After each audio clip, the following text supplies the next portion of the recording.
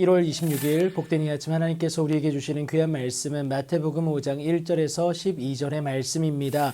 예수 가진 자의 결국은 복이다 라는 제목으로 함께 말씀 나누도록 하겠습니다. 유대인들만이 아니라 수많은 이방인들까지 예수를 따르기 시작하는데요. 기하급수적으로 늘어나게 됩니다. 그래서 예수께서 무리를 보시고 산에 올라가 앉으시는데 그 앞으로 제자들이 나오게 됩니다. 그들을 가르치시기 위함이었습니다. 산상수훈의 시작인데요. 그 중에서도 8가지의 복이 있나니 시리즈입니다. 그 첫 번째가 심령이 가난한 자는 복이 있나니 천국이 그들의 것이며, 두 번째는 애통하는 자는 복이 있나니 그들이 위로를 받을 것을 말씀해 주십니다. 세 번째는 온유한 자는 복이 있나니 그들이 땅을 기업으로 받을 것이다. 그리고 네 번째는 의에 줄이고 목마른 자는 복이 있나니 그들이 배부를 것을 분명히 말씀해 주십니다. 그리고 긍휼히 여기는 자는 복이 있다. 그들이 긍휼히 여김을 동일하게 받을 것을 말씀해 주시고요. 마음이 정결한 자는 복이 있나니 그들이 하나님을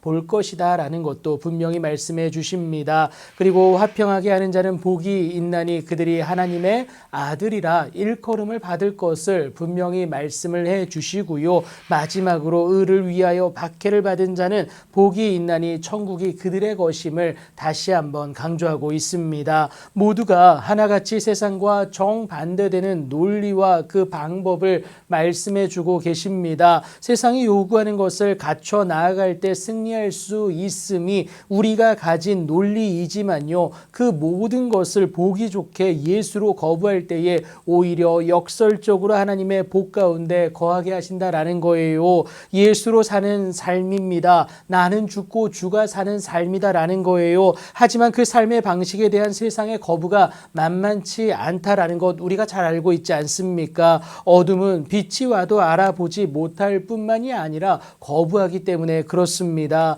그래서 예수를 따르는 그 삶의 결과가 내 생각만큼 좋을 수가 없는데요. 예수를 가진 우리를 욕하고 박해하고 거짓으로 우리를 거슬러 모든 악한 말을 할 것이고요. 그것을 온전히 수용할 수밖에 없음을 분명히 말해주고 또 우리는 알고 있습니다. 얼마나 억울합니까? 하지만 세상의 방법으로 그들을 대응한다면 우리 역시 그들과 다를 바가 없습니다. 그래서 오히려 그들을 향하여 하나님의 마음으로 사랑할 수 있어야 하는데요. 예수님이 우리에게 새 계명으로 이것을 요구하시지 않았습니까? 그렇다면 기꺼이 하나님의 마음으로 예수님처럼 사랑해낼 수 있어야 합니다. 그러면 우리에게 복이 있을 것인데요. 이 복을 기대함으로 기뻐하고 즐거워할 수 있어야 된다라는 것을 오늘 본문이 말하고 있습니다. 다른 이유가 아닙니다. 이로 인하여서 하늘에서 우리의 상이 크다라는 것을 말하고 있지 않습니까?